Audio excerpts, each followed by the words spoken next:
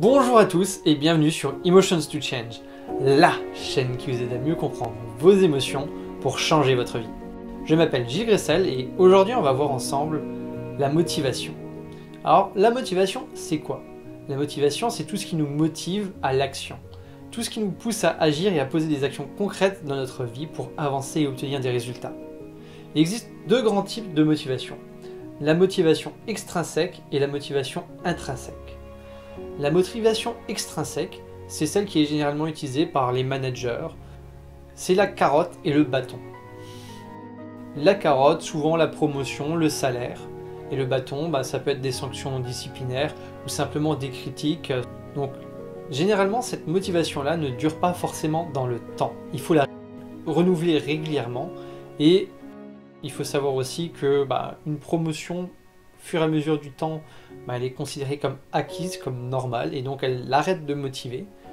Une punition, ça crée un climat d'anxiété.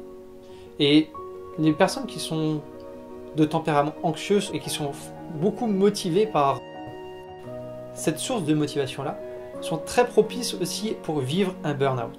Donc il n'y a pas forcément juste la peur du licenciement, de la sanction disciplinaire, mais il peut y avoir simplement la peur de faire des erreurs, d'être critiqué, du jugement des autres, de se tromper, de l'échec.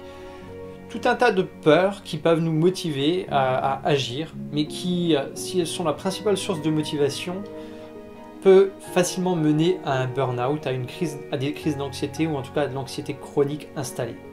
Donc ces sources de motivation-là, même si elles peuvent s'avérer intéressantes d'une manière très situationnelle, ne sont pas à privilégier sur la durée.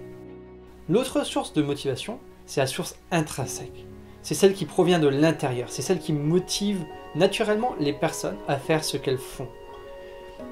On est naturellement motivé quand notre environnement nous le permet et qui répond à nos besoins.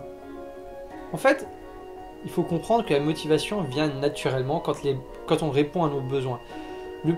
Répondre à un besoin procure du plaisir, ce qui va entraîner une source de motivation pour renouveler l'expérience.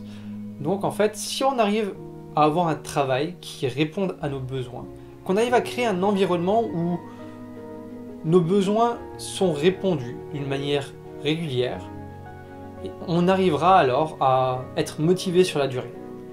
Donc ça demande d'avoir conscience aussi de ses besoins, ce qui n'est pas toujours évident et qui demande un certain travail d'introspection. Je vous invite donc à vous demander de quoi avez-vous besoin aujourd'hui dans votre vie. Qu'est-ce qui vous frustre? Quelles sont les sources de frustration?